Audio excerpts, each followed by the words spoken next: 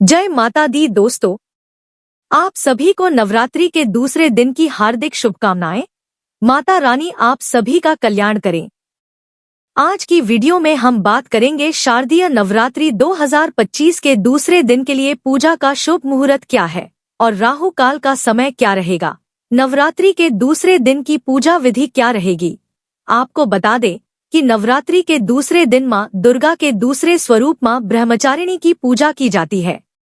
तो आज हम आपको मां ब्रह्मचारिणी की संपूर्ण पूजा विधि बताएंगे कि मां ब्रह्मचारिणी की पूजा करते समय आपको किस रंग के कपड़े पहनने चाहिए और कौन सा फूल आपको मां ब्रह्मचारिणी को अर्पित करना चाहिए और मां ब्रह्मचारिणी का प्रिय भोग क्या है। इसके अलावा आपको बताऊंगी कि मां ब्रह्मचारिणी को प्रसन्न करने के लिए आपको कौन से मंत्र का जाप करना चाहिए।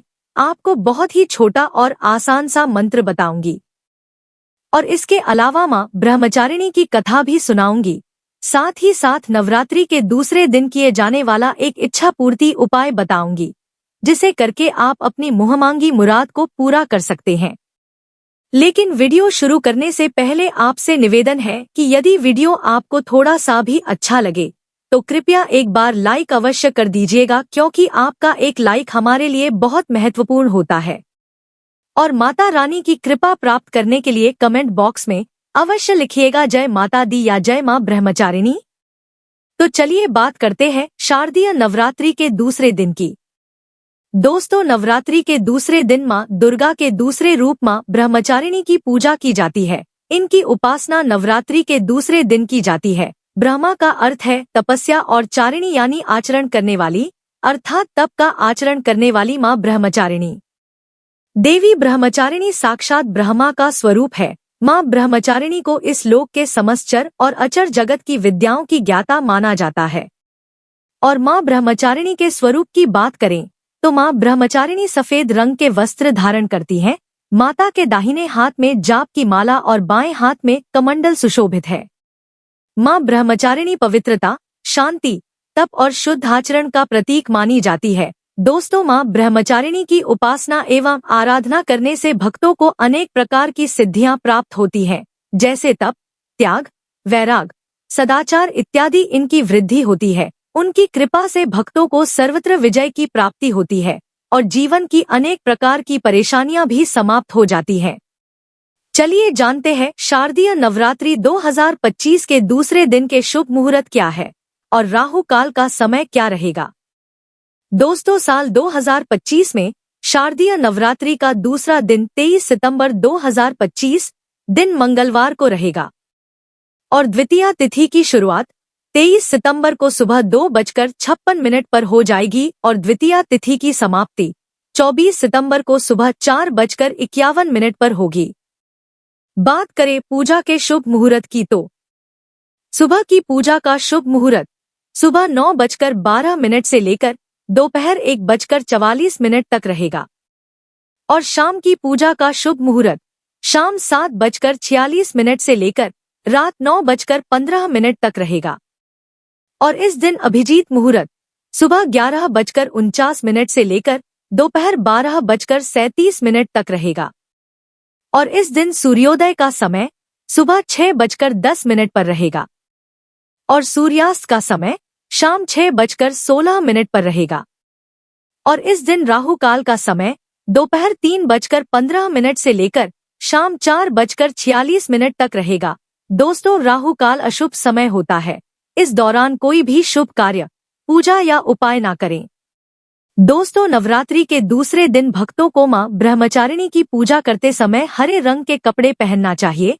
हरा रंग माता को बेहद ही प्रिय होता है। और दूसरे दिन की पूजा करने से पहले आप स्नान आदि करके स्वच्छ वस्त्र धारण करके सर्वप्रथम कलश और मां दुर्गा की उपासना करें। इसके बाद आप एक लकड़ी की चौकी पर लाल रंग का वस्त्र बिछा लें और मां ब्रह्मचारिणी की प्रतिमा स्थापित करें। और यदि आपके पास मां ब्रह्मचारिणी की मूर्ति या प्रतिमा नहीं है तो आप मां दुर्गा की ही प्रतिमा की ब्रह्मचारिणी रूप का ध्यान करते हुए विधिवत पूजा अर्चना कर सकते हैं। इसके बाद आप मां ब्रह्मचारिणी को पंचामृत से स्नान कराएं। अब आप मां को गुड़हल का फूल या कमल का पुष्प अर्पित करें या फिर मां ब्रह्मचारिणी के प्रिय फूल सेवंती या गुलदावरी का प्रयोग भी कर सकते हैं। दोस्तों, यदि आप पूजा में मां ब्रह्मचारिणी को वट वृक्ष के पत्ते या वट वृक्ष के पुष्पों की माला अर्पित करते हैं तो इससे बुद्धि और ज्ञान में इजाफा होता है। इसके बाद मां को चीनी या शक्कर का भोग लगाएं या आप माता को पिस्ता से बनी मिठाई का भोग भी लगा सकते हैं। इसके बाद पान, सुपारी, लौंग, इलायची आदि अर्पित करें। अब धूप दीप जलाएं और इसके बाद प्रदक्षिणा करें, यानी 3 बार अपनी ही जगह पर खड़े होकर घूमें। इसके बाद धूप दीप दिखाकर मां की आरती करें और अब इसके बाद मां ब्रह्मचारिणी के मंत्रों का जाप करें।